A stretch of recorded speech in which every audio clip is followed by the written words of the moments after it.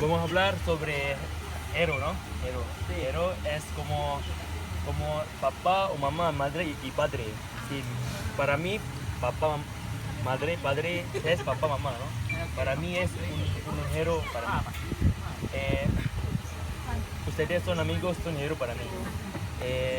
Y mis amigos lo que están en España, en Colombia, es héroe para mí. Es es como cuando un amigo que me ayuda es como un héroe, y cuando tú me ayudaste como un héroe.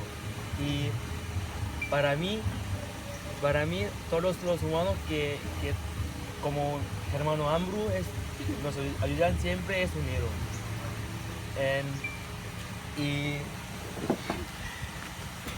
y mis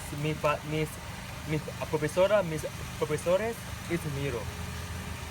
Mis hermanas, mis hermanos, es como la gente en la calle cuando no necesitamos el ayudante, es un héroe. Y para mí es solo eso. Gracias, muchas gracias. Pregunta.